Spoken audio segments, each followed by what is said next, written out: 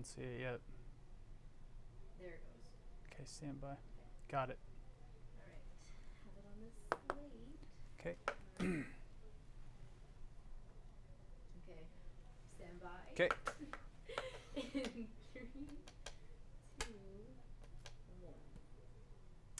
Good evening from our KHOU 11's studios. I'm Zack Tawatari, and you, Texans fans, just watched a heartbreaking loss. The Texans losing 26-23 to the Detroit Lions. This game, hard to put into words. Sloppy a lot of the time, a lot of interceptions. It seemed like neither offense wanted to hold on to the ball, but I want to know what you think tonight. I want to hear from you guys and hear what you think of this loss and how the Texans performed against what was the NFC North leading Lions, still is now, even a game better. They improved to 8-1. The Texans fall to 6-4. And a reminder that if you're looking for Sports Extra, it is on KHOU 11 right now, broadcast side on TV with Jason Bristol and Seth Payne breaking the game down. We are awaiting Demeco Ryans and CJ Stroud to come to the podium at NRG Stadium. This Sunday night loss, man, hard to put into words, really. Like I said, the Texans really had control of this game for the entirety of it, all the way until about the fourth quarter, when the Lions offense seemed to start to wear them down, and the Texans just were not able to get the key stops when they needed it. And Amon-Ra St. Brown, first down, ended up setting up that game-winning field goal from Jake Bates, who coincidentally went to Tomball High School. Again, looking for those comments from the Texans fans tonight. I want to hear what you guys think. We've got one so far from Tom. He says our coaches aren't making good halftime adjustments. Tom, I'd have to agree with you. I also would have to say that the Texans needed to get a bigger lead earlier in the game. They needed to capitalize on those Jared Goff mistakes. I mean, the statistics tonight for Jared Goff are just unbelievable. I want to pull up exactly what he did. 15 of 30, 240 yards, and he had 5 interceptions. 5. And the Texans still only managed to score 23 points on offense. And again, they lose 26-23 on that field goal with 4 seconds left in the game, which ended it. There were 4 interceptions in the third quarter between the two teams. That gives you an idea of just how much neither really of these offenses was capitalizing on the other's mistakes, but the Texans had the Lions dead in the rights, and they were unable to finish this game. This is something that we've seen from the Texans this season. Okay, it's been something that's been happening all season. This didn't start tonight. This certainly is not the first game that this has happened. In probably the first 6 games, the Texans really had their chances to go and win outright, go and win big. The only game they really won big in that span against New England, which is not a good team. And they were able to score, I believe, 40 points in that game, but they haven't sniffed that many points in the other games that they've played so far this season. Getting back to your comments, have to score TDs, not field goals. Could not agree with you more, Tom. Again, in that first half especially, that's what was going on. You know, the Texans were getting stops, whether it be by interceptions. Their defense was playing lights out. They were getting pressure on Jared Goff all day, but again, they kept coming up short in the red zone. You saw on the broadcast, Joe Mixon really, really frustrated on the sidelines. I can only imagine that it had to do with the fact that the Texans could not capitalize on those mistakes. Sam saying so many chances to score touchdowns, and the Texans fell asleep in every single one of them. That's absolutely right. I think they only capitalized on one interception that they were able to turn around and score a touchdown on. The rest of them, field goals, and as you guys are mentioning, those coming back later in the game and haunting them. The fact that they needed a field goal to win this game where Jared Goff threw 5 interceptions is crazy, quite frankly. Kaimi Fairbairn should not have been a factor later in this game. This game should have been put away in the third quarter when the Texans had the chance. Danny calling this loss embarrassing. And that reminds me, Danny, a good word. Of course, we're going to be doing our one word to describe this Texans loss. So if you guys have a word in mind, please keep it PG for our comments. But if you have a word that describes this Texans loss, I can only imagine how the Texans fans are feeling tonight. So much buildup going into this game. The Texans were going to be able to turn things around. Here's an interesting stat. The Texans had been a very good bounce-back team over the last 2 years. They'd won 8 straight games after a loss. Of course, they lost last week to the Jets. Obviously, this was their toughest opponent probably in all the games that they had to play to get those 8 wins after losses. But the Lions didn't play like the Lions. They didn't play like a division-leading team. They played sloppy. They had explosive plays that the Texans allowed, especially later in the game. Gibbs especially running all over the Texans later in the game. I can only imagine that the defense was probably tired. There were a lot of Texans 3-and-outs, 4 or 5 plays and out on drives in that second half. So I can only imagine that the Texans defense was tired, which isn't an excuse, but it is to say that the offense did not put them in a good position, again, because they failed to capitalize on these Lions' mistakes. Getting back to your comments, Stroud didn't do anything after the second half. That's coming from Guzman. CJ really struggled. Those couple picks were not very CJ-like. On the one to open the third quarter, it looked like he just didn't see the cornerback there who jumped the route. And then the next one, again, a chance to score. That ball close to the end zone that he threw to Tank Dell, in the end zone. It ended up being picked off. And it kind of looked like he just floated it a little bit. You would have liked to have seen him throw it to the back of the end zone so that if it wasn't completed, it wasn't going to do them harm. But that really, really put a halt on the momentum they were building at that point. Guzman also saying, always trying to win by 3 points ain't going to be it. Yeah, I couldn't agree. To win in the NFL, you really need to score close to 30 points. The Texans have not done that. They've been in this 20 to 23 range, 20 to 26 range quite often, and you are always going to have close games if you are not scoring more points. Of course, Nico Collins still out. I know that probably frustrating for fans too, although he was activated yesterday. He ended up not playing today. Friday was really the first day he practiced this week, and Friday being a walkthrough day, it was kind of unlikely that he was going to be able to be out there today on Sunday. Frustrating, another word from Tom. Yeah, couldn't agree with you. It's frustrating to watch, very frustrating to watch, frustrating to see this team not able to capitalize on the Lions' mistakes. I think when you saw Jared Goff, how off he was in that first half, you thought the Texans could run away with this game, and they absolutely could have, and that's really what they failed to do. They let the Lions continue to have life, and the Lions responded by being a good team and by finding ways to win. They had no business winning that game, but they did. From Mao, for me, the Texans season is over because they can't block for Joe Mixon and run the ball every week is the same problem. Yes, I agree. The pass protection was better in the beginning of the game. We saw CJ Stroud get sacked twice, I believe, tonight. Certainly a lot better than the 8 sacks last week. But, Mao, you're right. Not creating many running lanes for Joe Mixon, and maybe that is another thing that was contributing to that frustration we saw for him on the sideline. But I will say this, and to your comment, it is the same problem every week. Joe Mixon is creating all those yards for the most part for himself in those games where he's had 100-plus rushing yards, which he's done pretty frequently this season when he's been able to play. He had that stretch where he was out with the injury.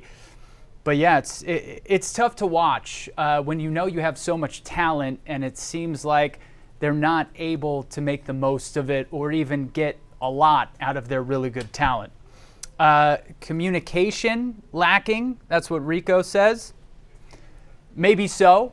I often question Bobby Slowick's play calling when this team gets some momentum because if you'll remember, they called that kind of end around to Tank Dell. This is a weekly occurrence, okay? When the Texans start to get momentum, it seems like Bobby Slowick calls a play out of nowhere that, again, stops them dead in the rights. Momentum is so important for these offenses. You saw what Detroit was able to do tonight on the few occasions that they were able to get some momentum, whether that was these little screens to Gibbs or even these running plays to Gibbs that sort of put the defense on their heels.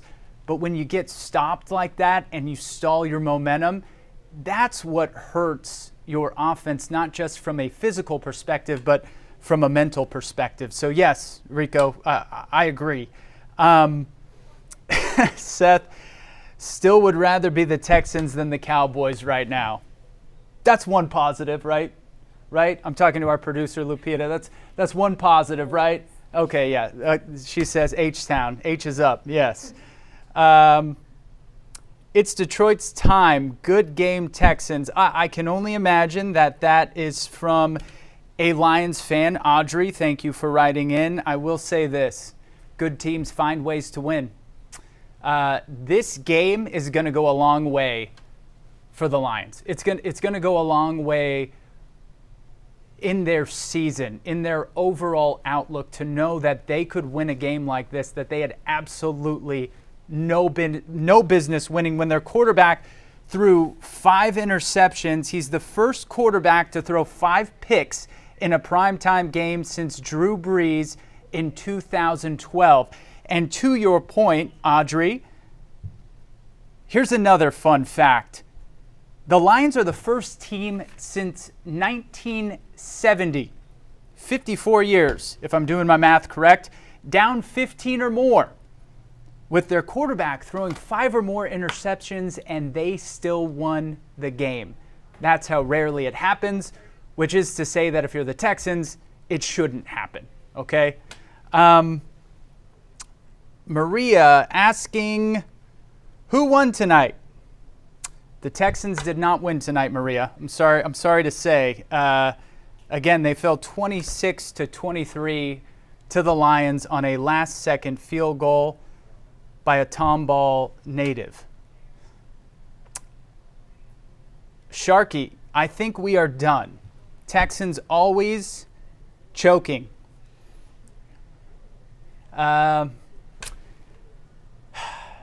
It's hard to argue with that idea right now because we've seen so many instances where the Texans kind of repeat these patterns. Starting out hot, letting other teams back in, not being able to close out games, stalling their own momentum, and not capitalizing on other teams' mistakes. 5 picks is great. It means that the other offense did not score in those 5 instances, sure. But what do they really have to show for it? Again, I think there's only 1 touchdown that was scored after a Lions interception. That interception to end the first half also really doesn't mean anything because Jared Goff was just throwing that up as a Hail Mary to end the first half. You got to come away with points, right, in this league, and you got to come away with 7. Not 3, back to Tom's point. Tom also saying way too many tackles for loss. Yes, I also agree with that. And I think a lot of that does have to do, back to Mao's point, with the offensive line not being able to create lanes for those running backs. You can live with the fact that CJ got sacked twice tonight. That doesn't bother me. It doesn't bother me that he got sacked. It doesn't bother me that some of their play calling wasn't great, but what's more bothersome is that this isn't something we saw just this week. This happens week in and week out with this team. And it's going to be a tough week for Bobby Slowick. It's going to be a real tough week for Bobby Slowick.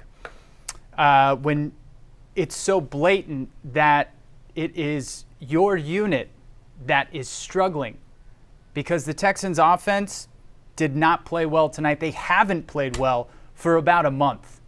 And even when they played well before that, it really was in spurts. And I think people would agree with me. This offense was streaky, which is fine when they were winning games. But then you see when they're not winning games what that can look like, because it suddenly goes from being a strength to now being a weakness.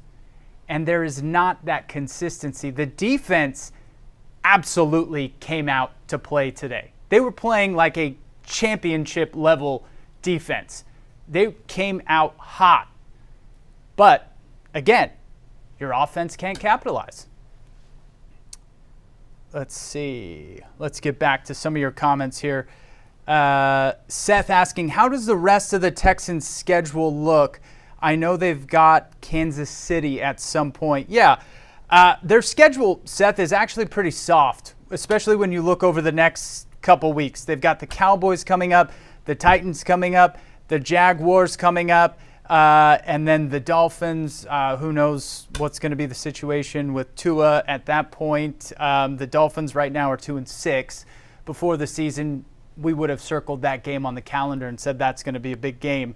But really, every game is going to be a big game for them from now on, because when you reach that 4-loss mark, this is not even about the AFC South. This is about, if this team really wants to be a championship level team, they are, yes, going to need to win their division.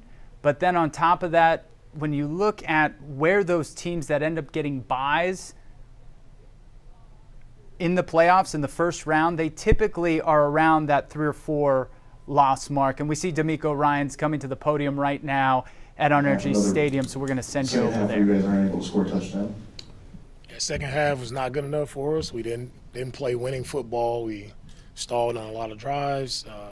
Again, didn't score any points in the second half. So, you know, to beat a good football team like that, we have to be able to sustain drives. We have to be able to score points. No, it's my phone. And we were going backwards way too much. We have to be able to sustain drives. We have to be able to score points. No, it's my phone. And we were going backwards way too much. Do you feel like that type of approach has kind of put you guys down, that you got kind of squeaking by, and now teams have been able to make comebacks and been able to surge and take up? Do you feel like that approach is kind of backfired towards being able to put teams away? And the approach each week is to go win the game, no matter how it looks. You know, we don't set out to win an ugly game, but in this league, every game comes down to, you call that final possession. So you have to find a way to gut those out and win. We haven't been on the winning side, you know, of those games, as, you know, Green Bay, New York, and now Detroit. So we didn't make the plays to win the game. Like, however you win, you got to find a way. And to win games, you got to have guys have to step up and make plays, and that's not happening. The slow starts to the second half have been a theme. Why do you think you all are having success in the second half of games? Yeah, we have to look at it. Second half, of course, we understand we haven't moved the ball. We haven't scored points in the second half. Defensively, done some things that are uncharacteristic in the second half. So we just have to find a way to play a complete game. That's what we have to find out. Coach, it looked like CJ was off in the second half. He started out, he threw an interception, and then, he threw another interception in the red zone. What was it about his second half rhythm that didn't match the first half rhythm? It's not good enough turning the football over there, especially in red zone or coming out. You know, we talk about getting started in the second half, and we talked about being better in the second half, but to come out and turn the ball over the first play of the second half and to get in the red zone where we have points and to turn the ball over, that's not winning football. You you guys faced a lot of third and longs, especially in that second half. What do you think are the biggest factors to that, and how do you think you can alleviate those issues? Hey, we have to win first and second down, right? Too many negative plays on first and second down. We didn't run the ball well, only, 56 yards rushing the football. So, we didn't control the line of scrimmage when it came to running the football, which is what we've been doing a good job of. So when you don't play well on first and second down, you find yourself in third and long, and it's hard to, continuously win third and long. Demeco, you talked about some things you guys could have done defensively in the second half, but you guys had 5 interceptions and weren't really able to turn that into more points. What do you say about a second half where you just get shut out? How do you address that? Yeah, I'm proud of the defense for, guys going out and getting 5 turnovers. I think that's a big day for any defense. But, the thing about turnovers is, what are you doing with those turnovers? And it's getting the points off of the turnovers. That's how you swing the game. And I don't think we got enough points off of the turnovers. But proud of the guys for, that's a really good offense. And our guys played well. As down the stretch there, we just let some plays out that, that we have to play better. How frustrating can it be to get all those interceptions against a really, really good, high-potent offense and not be able to get the W? Yeah, it's frustrating, of course, right, to play against that offense, high-powered offense, and to be able to take the football away. That's what we hang our hat on, is taking the football. So, we took the ball away, but it's about team football, right? And we didn't play complementary football today, and that's what wins games, when you play complementary football, and it didn't work out for us today. Coach, I know that it's already week 10, and I'm not asking you, are you going to make any shakeups as far as offensive play calling is concerned, but what can be done to improve the play calling in the second half? Yeah, we have to look at everything, Sarge. Look at all the play calling, what we're doing, what we're asking our guys to do, and make sure we're putting them in a good spot to execute. And guys have to take ownership and make sure everybody's doing what they're supposed to do. You did make some shakeups on the offensive line. How did you feel like that group played, and do you feel like there's another need for shakeups? Yeah, I think our guys protected well. We had Patterson in at center, moved Juice over the guard. The communication was well up front. Thought the guys protected well enough for us to make some plays. So I think the move was good there. We'll take these last 2, Cody. Did it feel like because the offense had some issues and maybe there was a quick turnaround for the defense that things kind of started to pile up positively for the Lions on offense, and maybe the defense got a little gas there? No, we didn't get gassed. I just think, they got some runs on us when we didn't set the edge. We weren't triggering fast enough at the second level. We just we stalled a little bit there defensively. I think it was nothing, about being tired or anything. It's just us consistently executing, and that's what, I believe in, just out-executing our opponent. And, when things got tight there at the end or in the second half, just like we didn't execute. We had multiple opportunities, right, to get off the field, but we didn't make those plays. Demeco, I know you mentioned about guys stepping up. I know it wasn't enough tonight, but what did you see from John Mechie, and how did he help this offense tonight? Yeah, really proud of Mechie. He stepped up big for us, got his first touchdown, so it's really, really big plays that he made for us. So, really love the play where he was blocking downfield. He played a really good game, and excited to see him continue to improve off of what he did tonight. Thanks. All right, thank you guys.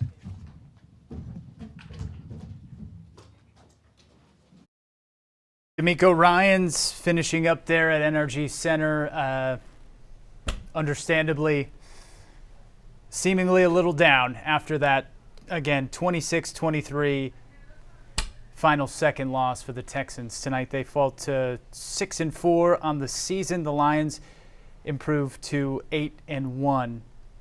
We just talked about the schedule. Here's a couple of things that stood out to me from what Demeco said, and please let me know what you guys think of what Demeco said post-game.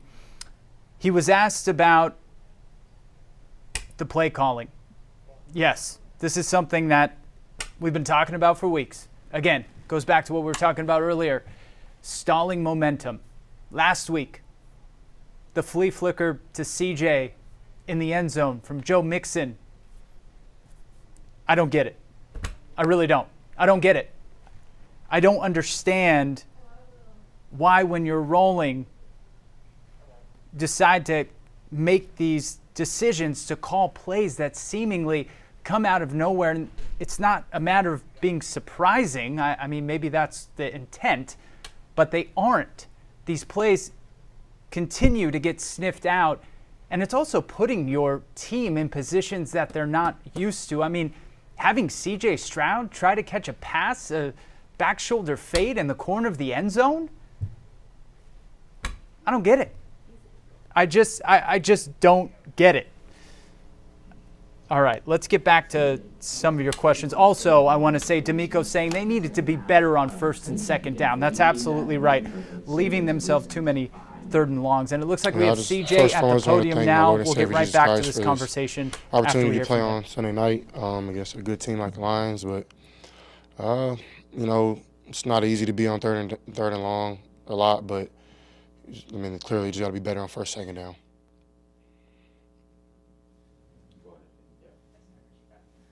Can you kind of take us through what happened on that first throw of the third quarter where he threw the interception? Yeah, I just didn't see the coverage. He did a good job. I had the cover two and just left it inside. Can't do that. Made a good play on the ball, so yeah, it's my fault. CJ, it seems like you guys continue to have some issues in the second half, moving the ball, scoring. Can you put your finger on what the issue is? It seems like it's different every week. I feel like this game was on me. Definitely got to make plays, got to make throws.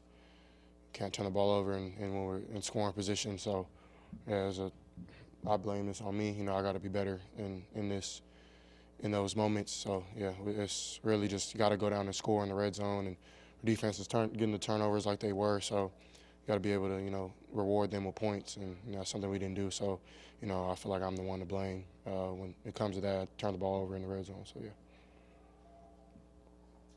Last one for me, I promise. You talked a lot this week about trying to lift the spirit of the group, have fun with the group. How difficult is it when the game is slipping away, and how do you think your sidelining group handled that, so to speak? It's all about what happens in between the lines. That's what fuels energy. So, we're not executing. No one's going to be smiling ear to ear. So, the more you execute, the more it's fun. And that's something I think the more we execute, we can get have more fun.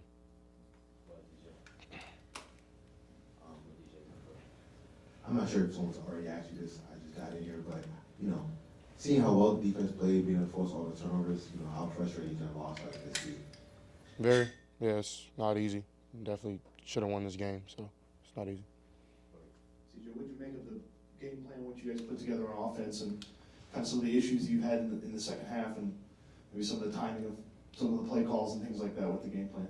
Thought it was good. At the end of the day, got to execute plays, and that's my job to lead the offense to score points, and I didn't do that today. So we're not gonna point fingers or I point at myself, and then two, we got to just move on from this and still understand we just took one of the best best NFL teams to the wire, but we really should have put them away after the first half. So it's really on the offense. You got to be better. I got to be better. So yeah. We'll take three more. We're going to start Jonathan, Cole, and Sarge. Sure, you probably didn't ask everything when we're not here. But I guess, what is the biggest thing that you feel like you want to take away from today's game? Just make better throws when guys are wide open and don't turn the ball over on the first play of the second half. So, if you take those plays away and I tank a good ball on that one play, the game is flipped over. So, I got to be able to be better during those moments and, take it on the chin like I know how to, and, the sun will rise up tomorrow hopefully, and, go play the Cowboys on Monday night and try to have a good game there. So, it's not a time to, feel bad for ourselves. It happened, we got to learn from it and move on. CJ, I'm not sure if you got asked this, but Stroud mentioned finally getting in the end zone. Just overall thoughts on his performance and his ability to step on up in a big time moment there in the first half. Yeah, he did really well. It was big time for us. Ran a lot of crisp routes. Caught the ball, got a lot of yak, got the touchdown. So yeah, I'm super proud of him and super happy that he's getting his opportunities and showing his worth. CJ, I know that you take these types of losses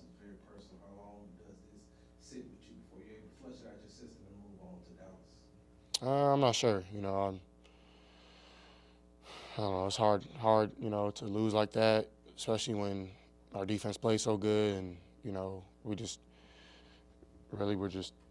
not scoring points at the end of the day. So yeah, it's not easy, but can't sit here and keep our heads down. Got to keep our heads up and go back to work and get better. So yeah, that'll be the plan. How do you guys prevent this from kind of snowballing? I mean, you guys were in this position last year. Yes, you guys started 6-4, went on to the divisional round. You guys have been in a position like this before. How do you prevent losses like this from snowballing? You guys can get back on track. Learn to dominate. Kind of what I said last week. We have the team to do it. We have the players. We have the scheme. Now it's just up to the players to do it and put it on the field. So, yeah, there's a lot of things were better today, and for me, I gotta look myself in the mirror and that's not winning football. So it is what it is. Got to learn from it. Yeah, I believe that we still are a great team and can do a lot of special things, but we got to learn how to pull those type of games out. And it's, I think, the second time now we've lost that way. So if you hang your head down, you can look up and the season will be over and you didn't fix it. So, the only thing, we got to keep our heads up and get the problems fixed. Next.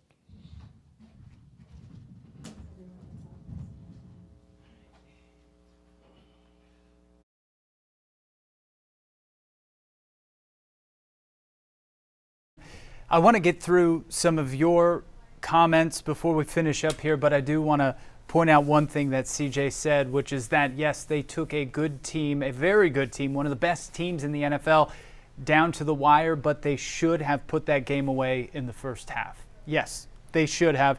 And the Lions really did not play like one of the best teams in the NFL tonight, with the exception of the fact that they were able to come out and pull this game out in the end. Now, I want to get to all your comments before we wrap up here. Patricia saying, I'm not giving up on my Texans, just need to put a better effort on the plays. This is still a very good team. This is still a very dangerous team, but they need to be able to put it together. It's been 10 weeks, and they have not done it for one complete game, with the exception of the game against New England. Mandel says, same speech every time. Hard to argue with you on that one. Dwayne, he likes to celebrate way too early along with the team. I believe that was speaking about Demeco, as was, I believe, the same speech every time comment. Yeah, well, for whatever reason, the Texans didn't keep their foot on the gas. So, yeah, they didn't get the job done in the end because they didn't put this game away. Tom, Texans still a young team. Demeco still a good coach. I think he's frustrated with Slowick. Team still needs to learn how to win. Couldn't agree with you more, Tom. A lot of great talent, but this team still does need to figure out how to put games away. Warren, we need a coach like they were, who we thought they were. Playoffs, those kinds of coaches. I believe he's referring to the famous Herm Edwards quote in a press conference after a game. Certainly that kind of attitude could definitely help. We have Dwayne saying, we've got Dwayne, the coach and team are too young and can't finish the job. They're playing like a young team. It's hard to argue with that. They do have a lot of young players. There's no question about that. I do still believe that C.J. Stroud is one of the most elite quarterbacks in the NFL. I think we're seeing a little bit of a spillover from him not having time to now going to this week to having a little bit more time. I do still think he's one of the most elite quarterbacks in the NFL. I think Demeco Ryans is an exceptional head coach, but I think that they have not found that cohesion as of yet. All right, guys, we are going to have to wrap this up. I truly appreciate all of your comments. I want to leave you with my one word, and Lupita, our producer, I want to leave you with her one word. My one word right there at the top, gutted. That's the kind of loss this was. It was a gutting loss for the team that did not come out on top, especially because the Lions didn't have any business winning that game, and the Texans really end up giving it up. Lupita says depressing, which is also, fair word for Texans fans. She's a Texans fan. She's got her CJ Stroud shirt on. And that last quote I had was CJ saying not scoring any points, because really that is what summed up this 26-23 loss in Week 10 for the Texans. They again fall to 6-4. Next week, they've got the Cowboys in a Monday night game. I know Texans fans are excited about that game, but it's going to be a long week. It's going to be a long, long week getting over this loss. And the Texans are going to need to figure some things out. They are going to need to learn how to finish games. Thank you all so much for staying up with us after this Sunday night game. Again, the Texans lose 26-23. They fall to 6-4. We'll all be here next week, and we will all be talking Texans-Cowboys as the Texans try to right the ship, stay atop the AFC South, and hopefully continue to get back to being one of the prominent teams in the NFL. We'll see you next week.